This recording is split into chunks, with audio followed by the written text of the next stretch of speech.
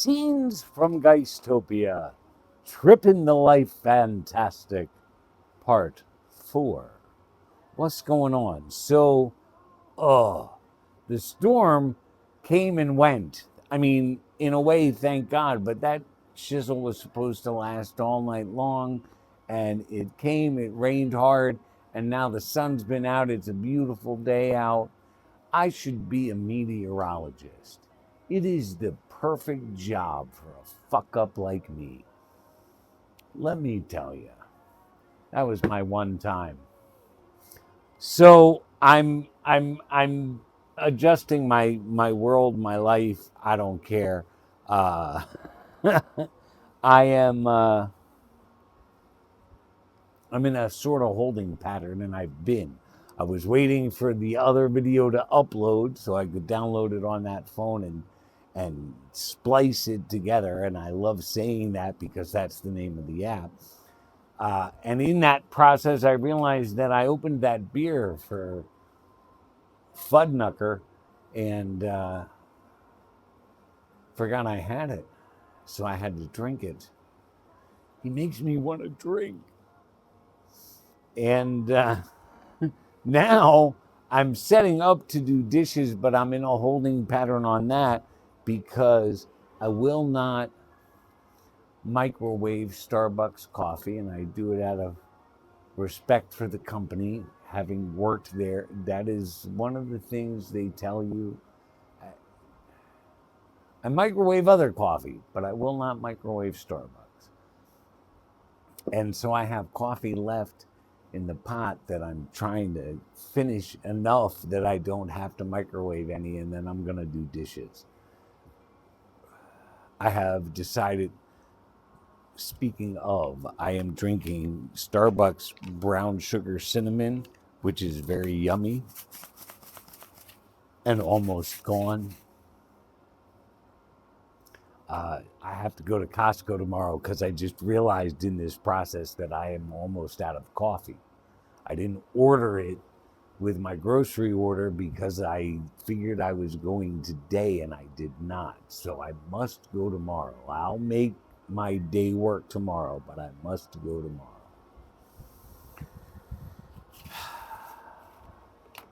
But I have decided to forego the cleaning. And you'll notice a lot of that apparently today. That's okay. It's all part of that cycle. I'll talk about that in a second, but I decided to forego the cleaning, and here's the thing. This was actually, I said it was cleaning day, and the mayor said it's always cleaning day with you, and she is not the first person to make this comment to me, and I've talked about this before, but the part I didn't tell you that you have to understand about me and cleaning is that is partially childhood trauma. No lie. When I was younger, Big D was obsessive about the house being cleaned. She didn't really do it herself, but she wanted it done. And her idea of getting it done, now when I was older and could have thoughts of my own, we had difficulties. But prior to that, the deal was I had to, every week, clean the entire house, not the bedrooms, but every common area, hallway, bathrooms, living room, dining room, kitchen, family room. And to clean properly, what was expected is that I would take all the objects down off of every shelf in each room. And there's a lot of shelves in that house with a lot of crap on them. There's a reason I used to not keep knickknacks around. I've changed a little, but I don't like a lot of stuff. Clean the shelf, clean the object, put everything back as it was. Chair legs and spindles all had to be done, and every chair, kitchen, and dining room had them. Plus, If they had grooves in, which every chair did, I had to go over the grooves with a turning motion, the rag wrapped around, and get the dust out of all of the grooves. This was every week through my childhood. And if it wasn't done every week like that, it wasn't done. So it's a thing.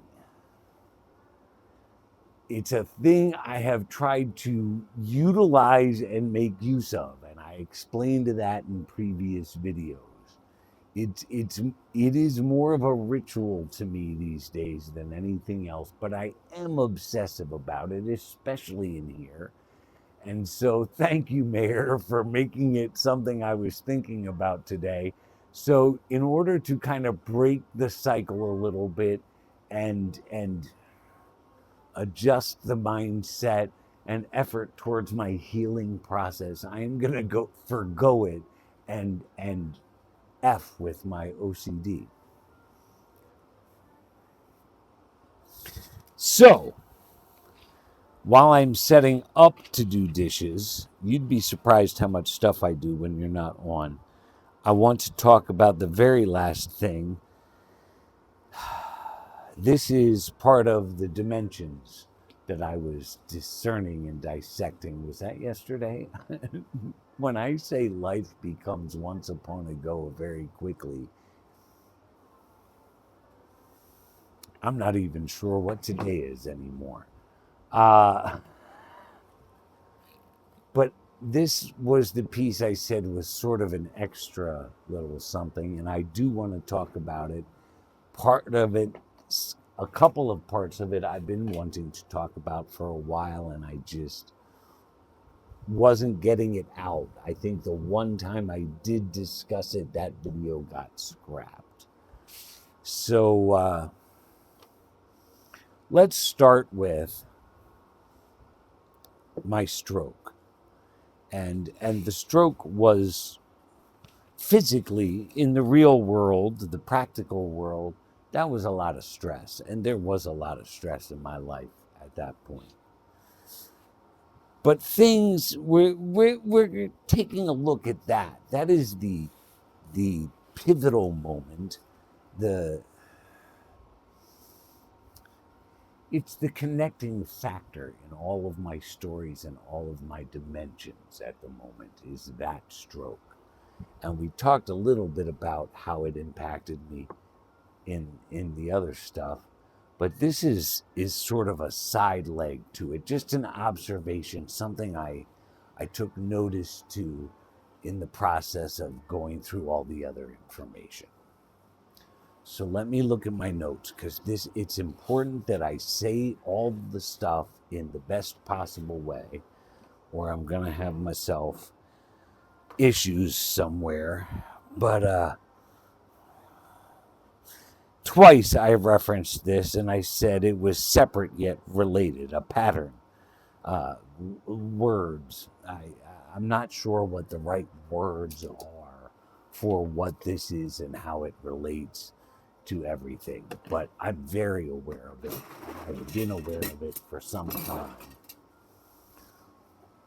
So it's important to point out, because this does function somewhat as a journal. This.